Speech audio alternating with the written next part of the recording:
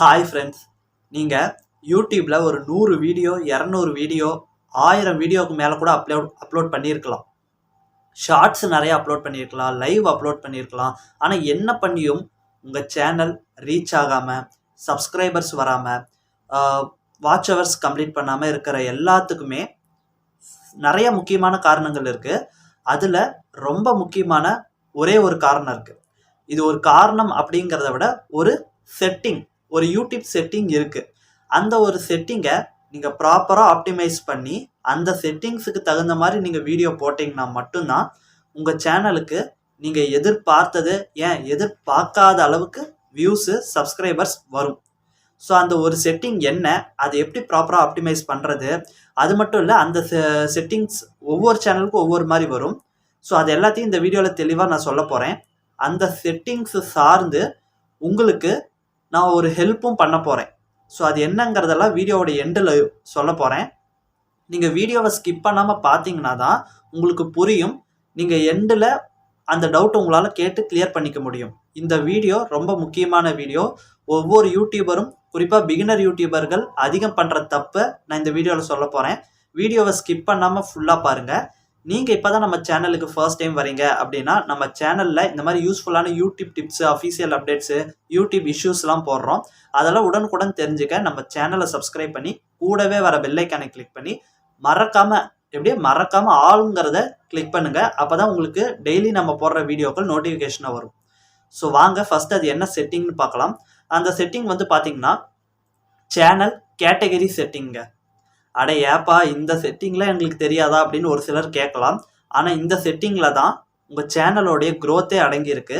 பலரும் இந்த செட்டிங்கை ரொம்ப பொம்மைன்னு நினச்சிருக்கிறீங்க, பொம்மையாட்ட பயன்படுத்துகிறாங்க. அடிக்கடி மாற்றுறது, கேட்டகரி மாற்றுறது. குறிப்பாக இந்த சேனல் கேட்டகரியை மாற்றினா வியூஸ் வரும் அப்படிங்கிற ஒரு நம்பிக்கை பல யூடியூபர்களுக்கு இருக்குது. உண்மை என்னன்னா, இந்த கேட்டகரி வந்து உங்களுக்கு வியூஸ் கொடுக்காதுங்க. ஆனால் நீங்கள் அப்லோட் பண்ணுற வீடியோ யார் பார்க்கணும், நீங்கள் அப்லோட் பண்ண வீடியோ யாருக்கு பிடிக்கும், யாருக்கு இதை கொண்டு போய் காட்டணுங்கிறத முடிவு பண்ணக்கூடிய செட்டிங் இதுதாங்க. இதை நீங்கள் வந்து அடிக்கடி சேஞ்சே பண்ணக்கூடாது. முதலும் கடைசியுமா ஒரே ஒரு டைம் தான் வைக்கணும். அப்படிப்பட்ட ஒரு சென்சிட்டிவான செட்டிங். இந்த செட்டிங்கை நீங்கள் ஒரு டைம் கரெக்ட் பண்ணி வச்சுக்கிட்டிங்கனாலே போதும். உங்கள் சேனல் அதுக்கப்புறம் கொஞ்சம் கொஞ்சமாக கிராஜுவலாக க்ரோத் ஆகும். அதை நீங்களே பார்க்கலாம். ஓகேங்களா?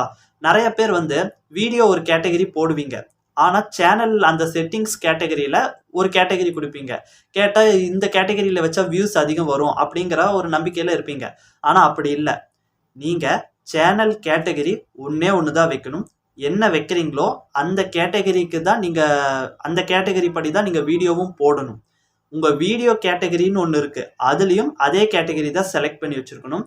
இந்த மாதிரி மாற்றி மாற்றி பண்ணிங்கன்னா கண்டிப்பாக உங்களுடைய சரியான ஆடியன்ஸை நீங்கள் ரீச் பண்ண முடியாதுங்க. ஸோ நல்லா புரிஞ்சுக்கோங்க.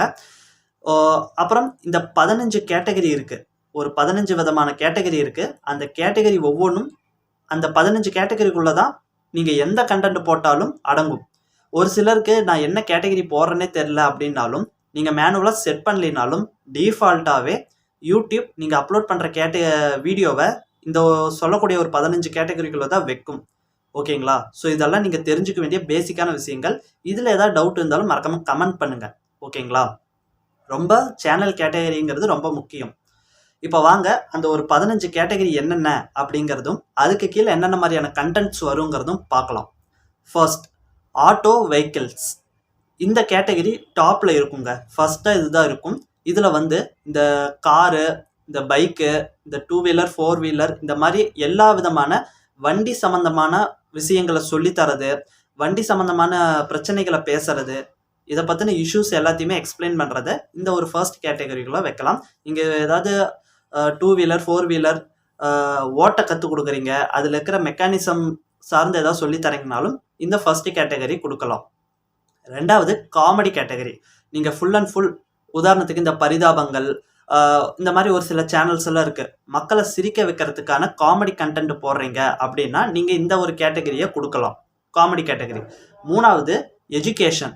இப்போது என்ன மாதிரி இப்போ ஏதோ ஒரு விஷயம் யூடியூப் சார்ந்தோ அல்லது ஏதோ ஒரு விஷயத்த சொல்லித்தரீங்க அப்படின்னா நீங்கள் எஜுகேஷன் கேட்டகரி கொடுக்கலாம்.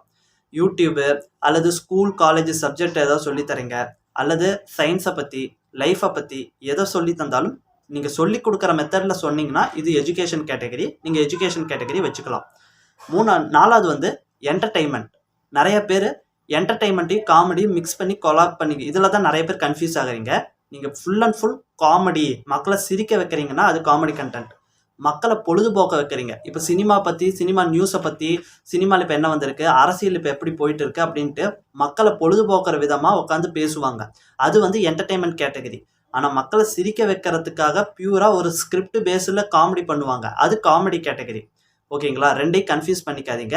ஆனால் ரெண்டுமே ஒன்றுக்கு ஒன்று ஒரே கேட்டகரி தான். இதனால் மாற்றினாலும் பிரச்சனை இல்லை. இருந்தாலும் நீங்கள் ஒரு கேட்டகரி ஃபிக்ஸ் பண்ணி அந்த கேட்டகரியிலே ஃபோக்கஸ்டாக இருங்க. இந்த 2 கேட்டகரி நிறைய பேர் மிக்ஸ் பண்ணிக்கிறாங்க, அதனால தான் சொல்ல வந்தேன். ஸோ 4வது என்டர்டெயின்மெண்ட். இதை சரியாக புரிஞ்சுக்கோங்க. 5வது வந்து ஃபிலிம் அனிமேஷன். இப்போ நீங்கள் இந்த மூவிஸு இது சார்ந்து ஏதாவது ஒரு எக்ஸ்பிளனேஷன், இந்த மூவி எக்ஸ்பிளனேஷன் வீடியோஸ்லாம் பார்த்துருப்பீங்க, அந்த மாதிரி போடுறீங்க. அல்லது மூவி சீன்ஸ் ஏதாவது போடுறீங்க, இந்த கார்ட்டூன் வீடியோஸ்லாம் ஏதாவது போடுறீங்க, அனிமேஷன் வீடியோஸ் கிரியேட் பண்ணி போடுறீங்க. அது ஏஐ வச்சு பண்ணாலும் அல்லது நீங்களே ஓனாக எடிட் பண்ணாலும் அது எல்லாமே இந்த ஃபிலிம் அனிமேஷன் கேட்டகரிக்குள்ளே வந்துடும். 6வது வந்து பார்த்திங்கன்னா கேமிங். இந்த கேமிங்கில் வந்து நிறைய பேர் இந்த மொபைலில் ஃப்ரீ ஃபயர் விளையாடுறது, பப்ஜி விளையாடுறது, இந்த மொபைல் கேமிங்ஸை மட்டும்தான் கேமிங்னு நினச்சிக்கிட்டு இருக்கீங்க. நீங்கள் நார்மலாக வெளியில் போய் கிரிக்கெட்டு, கபடி இதை விளையாடுறீங்க, இது சார்ந்து நீங்கள் அதை ப்ளே பண்ணுறது அப்படியே வீடியோ எடுத்து போடுறீங்கனாலும் அதுவும் கேமிங் கேட்டகரிக்குள்ளே வரும். அதையும் நீங்கள் வச்சுக்கலாம். ஓகேங்களா? 6வது கேமிங். 7வது வந்து இந்த ஹவு டு ஸ்டைல் அப்படிங்கிற மாதிரி இருக்கும்.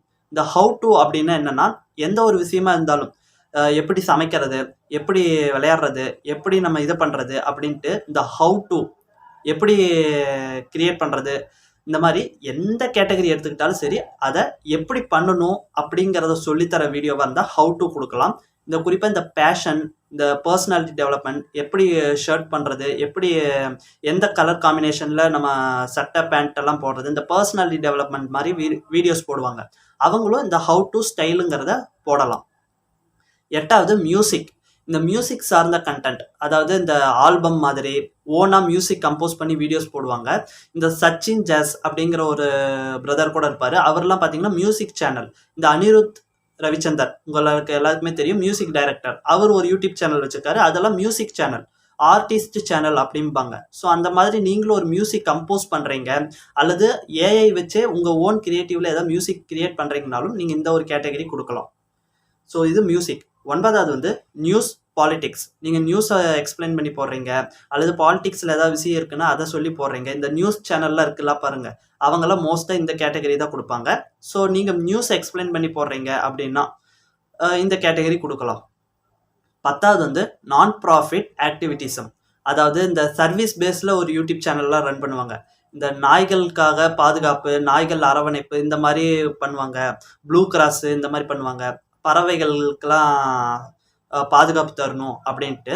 அதாவது அதுலேருந்து எந்த ஒரு பணமோ அல்லது எதுவுமே வராது, ஆனால் அது வந்து அவங்களுக்கு பிடிக்கும். அந்த ஒரு சர்வீஸ் பேஸில் ஒரு யூடியூப் சேனல் ரன் பண்ணுவாங்க பாருங்கள், அவங்கெல்லாம் இந்த நான் ப்ராஃபிட் ஆக்டிவிட்டிசம்னு பண்ணலாம். இந்த சோசியல் சமூக விழிப்புணர்வு சார்ந்து மக்களுக்கோ அல்லது விலங்குகளுக்கோ இயற்கையோ எதுவாக இருந்தாலும் எந்த ஒரு ப்ராஃபிட்டுமே வராது, ஆனால் அவங்க அதை ஒரு சேவை மனப்பான்மையில் செய்வாங்க. அவங்க இந்த ஒரு கேட்டகரி கொடுக்கலாம். 11 பீப்புள் பிளாக். நிறைய பேர் வந்து என்ன கேட்டகரி போட்டாலும் இந்த ஒரு கேட்டகரி கொடுக்கலாம். பொதுவாக எல்லா கேட்டகரிகளுக்குமே இது வந்து ஓரளவுக்கு சூட் ஆகும்னு சொல்லுவாங்க. ஆனால் உங்கள் கேட்டகரிக்கு தகுந்த பர்ஃபெக்டான இதை நீங்கள் மேனுவலாக செட் பண்ணாதான் இன்னும் நல்லா எஃபெக்டிவாக இருக்கும்.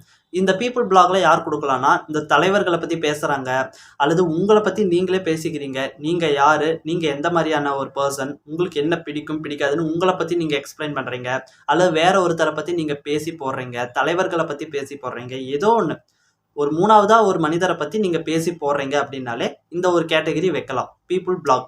அதை தாண்டி பொதுவாக எல்லா கேட்டகரிக்குமே இது மேனுவலாக செட் ஆகும்னு சொல்கிறாங்க. ஆனால் அதை எந்த அளவுக்கு உண்மைன்னு தெரியல. நீங்கள் மேனுவலாக என்ன கண்டென்ட் போடுறீங்களோ அதுக்கு ரிலவெண்ட்டான கேட்டகரி கொடுத்தா பெஸ்ட்டு. ஸோ 12வது வந்து பெட்ஸு, அனிமல். நான் இந்த ஃபஸ்ட்டு சொன்னது ஆக்டிவிட்டி, அதாவது சேவை மனப்பான்மை. இது வந்து ஒரு அனிமல் எப்படி வளர்க்கணும், ஒரு பூனை எப்படி பராமரிக்கணும், எப்படி வளர்க்கணும், ஒரு நாய்க்கு என்னென்ன தேவை, எப்படி வளர்க்கணும், எப்படி இது பண்ணணும், இந்த மாதிரி பறவைகள்லாம் நீங்கள் வீட்டில் வளர்க்குறீங்கன்னா என்னென்ன மாதிரி ரொட்டீன் ஃபாலோ பண்ணணும். இந்த மாதிரி பெட்ஸ் அனிமல்ஸ் கேரை பற்றி நீங்கள் வீடியோ பண்ணிங்கன்னா இந்த ஒரு கேட்டகரி கொடுக்கலாம். அடுத்து 13வது சயின்ஸ் அண்ட் டெக்னாலஜி. நீங்கள் அறிவியல் சம்மந்தப்பட்டது ஏதாவது போடுறீங்க, அல்லது மொபைல் கேஜெட்ஸ் ரிவ்யூ பண்ணி போடுறீங்க, டெக்னாலஜி சம்மந்தப்பட்டது, மொபைலில் இருக்கிற செட்டிங்ஸு, மொபைல் ஒர்க் ஆகலைன்னா அதை பிரித்து ஒர்க் பண்ணுவாங்க, அதில் எப்படிங்கிறத நீங்கள் ஸ்டெப் பை ஸ்டெப் சொல்லித்தரீங்க. ஒரு சிலர்லாம் இந்த வில்லேஜ்ன்ட்டு ஒரு நேம் சரியா எனக்கு தெரியல, அவர்லாம் இந்த இருக்கிற ப்ராப்பர்ட்டிஸ் வச்சு வண்டி செய்வார், தண்ணியில் மிதக்கிற மாதிரி போட்டெல்லாம் செய்வார், வீடு மாதிரி ஒரு போட்டெல்லாம் செய்வார். ஸோ அந்த மாதிரி செய்கிறீங்கன்னா சயின்ஸ் அண்ட் டெக்னாலஜி இந்த மாதிரி கொடுக்கலாம். 14வது ஸ்போர்ட்ஸு. இந்த கிரிக்கெட், கபடி இந்த மாதிரி எல்லா விதமான ஸ்போர்ட்ஸ் ஆக்டிவிட்டீஸையும் நீங்கள் வீடியோவாக பண்ணுறீங்க, அல்லது ஸ்போர்ட்ஸோடைய ரூல்ஸ் அண்ட் ரெகுலேஷன் சொல்கிறீங்கன்னா ஸ்போர்ட்ஸ் கேட்டகரியை கொடுக்கலாம். 15வது ட்ராவல் ஈவெண்ட். நிறைய பேர் வந்து ட்ராவல் ஈவெண்ட்னா நீங்கள் எங்கேயாவது ரோட்டில் போகிறீங்க அல்லது வண்டியில் போகிறப்ப அப்படியே வீடியோ எடுத்து போகிறது ட்ராவல் ஈவெண்ட் இல்லை. நீங்கள் மக்கள் ரசிக்கும், மக்கள் பலராலையும் போக முடியாத ரொம்ப அட்வென்ச்சரான பிளேஸில் இல்லை, ரொம்ப முக்கியமான இப்போ தமிழ்நாட்டில் தஞ்சை பெரிய கோயில், சென்னை இந்த மாதிரி பலரும் பார்த்தது அல்லது பலரும் ரசிக்க தவறிய ஒரு பிளேஸுக்கு போய் அந்த பிளேஸை பற்றி எக்ஸ்ப்ளோர் பண்ணி போடுறது தான் ட்ராவல் ஈவெண்ட். சும்மா நீங்கள் போகிற வரதையெல்லாம் வீடியோ, சும்மா ரோட்டில் போகிறதெல்லாம் வீடியோ எடுத்து போடுறதெல்லாம் ட்ராவல் ஈவெண்ட் இல்லை. ஓகேங்களா? ஈவெண்ட்டுன்னா ஏதோ ஒரு நிகழ்ச்சி நடக்குது, அதை பற்றி நீங்கள் போடுறீங்க, இந்த நிகழ்ச்சி இத்தனை வருஷத்துக்கு ஒருக்கா நடக்கும், இது ரொம்ப பெரிய நிகழ்ச்சி அப்படின்ட்டு நீங்கள் அந்த ஊருக்கு போய் எக்ஸ்ப்ளோர் பண்ணி போடுறீங்க பாருங்கள், அதெல்லாம் ட்ராவல் ஈவெண்ட்டில் வரும். ஸோ இதுதான் இந்த 15 கேட்டகரி. இந்த 15 கேட்டகரிக்குள்ளே நான் சொன்ன ஒரு சில விஷயங்கள்லாம் வரும். நான் உங்கள் சேனலுக்கு தகுந்த ஒரு ஹெல்ப் நான் பண்ண போகிறேன் அப்படின்னு சொன்னேன் பார்த்தீங்களா, அது என்னன்னா, நீங்கள் ஒரு கேட்டகரியில் இப்போ ஒரு வீடியோ பண்ணிக்கிட்டு இருக்கீங்க அப்படின்னா, நீங்கள் உங்கள் சேனல் நேமு அல்லது உங்கள் சேனலில் நீங்கள் என்ன மாதிரியான கேட்டகரியில் வீடியோஸ் போடுறீங்க அப்படிங்கிறத சொல்லி உங்களுக்கு என்ன கேட்டகரி செட் ஆகும்ன்ட்டு நீங்கள் கமெண்ட் பண்ணலாம். அதுக்கு நான் உடனடியாக உங்கள் சேனலை பார்த்துட்டு அதுக்கு உங்களுக்கு என்ன கேட்டகரி செட் ஆகுங்கிறத நான் ரிப்ளை பண்ணுவேன். ஏன்னா நிறைய பேர் இப்போ பிகினர் யூடியூபராக இருக்கீங்க, அல்லது பொதுவாகவே இந்த செட்டிங்கை பற்றி தெரியல, என்னுடைய சேனல் என்ன கேட்டகரியில் வரும்னு தெரியல, இவ்வளோ நாளாக இதை நான் செட் பண்ணலை அப்படின்னு நினைக்கிறவங்க எனக்கு கமெண்ட் பண்ணிங்கன்னா நான் உங்கள் சேனலை பார்த்துட்டு அது உங்களுக்கான தகுந்த பெஸ்ட்டான கேட்டகரி என்னங்கிறத நான் சொல்லுவேன். அதே சமயம் இந்த கேட்டகரி எப்படி போய் செட் பண்ணணும்னு பார்த்தீங்கன்னா, குரோமில் உங்கள் ஒய்டி ஸ்டுடியோவை ஓப்பன் பண்ணிக்கோங்க, செட்டிங்ஸை கிளிக் பண்ணுங்கள், லாஸ்ட்டில் கீழே இருக்கும், அதை கிளிக் பண்ணி அப்லோட் டிஃபால்ட்ஸுங்கிறத கிளிக் பண்ணுங்கள். அதில் பார்த்தீங்கன்னாலே நிறைய விஷயங்கள் இருக்கும், வீடியோ லாங்குவேஜ் அப்படி இப்படின்னு இருக்கும், அதில் சேனல் கேட்டகரி அப்படின்ட்டு இருக்கும், அதை கிளிக் பண்ணிங்கனாலே நிறைய கேட்டகரிஸ் வரும், அதில் உங்களுக்கு தகுந்த பெஸ்ட்டான கேட்டகரியை நீங்கள் செட் பண்ணிக்கலாம். ஓகேங்களா? ஸோ இப்போ இந்த வீடியோ கேட்டகரியை நீங்கள் எந்த அளவுக்கு ப்ராப்பராக ஆப்டிமைஸ் பண்ணுறீங்களோ அந்த அளவுக்கு வேகமாக உங்கள் சேனலும் சரி நீங்களும் சரி க்ரோத் ஆகலாம். ஸோ யூடியூப் ரிலேட்டடாக வேறு ஏதாவது டவுட் இருக்குது அப்படின்னாலும் மறக்காமல் கமெண்ட் பண்ணுங்கள், அதையும் நான் அடுத்தடுத்த வீடியோவை அப்லோட் பண்ணுறேன். இந்த வீடியோக்கு ஒரு லைக் போட்டுக்கோங்க. ஸோ அடுத்த ஒரு நல்ல வீடியோவில் சந்திக்கலாம்.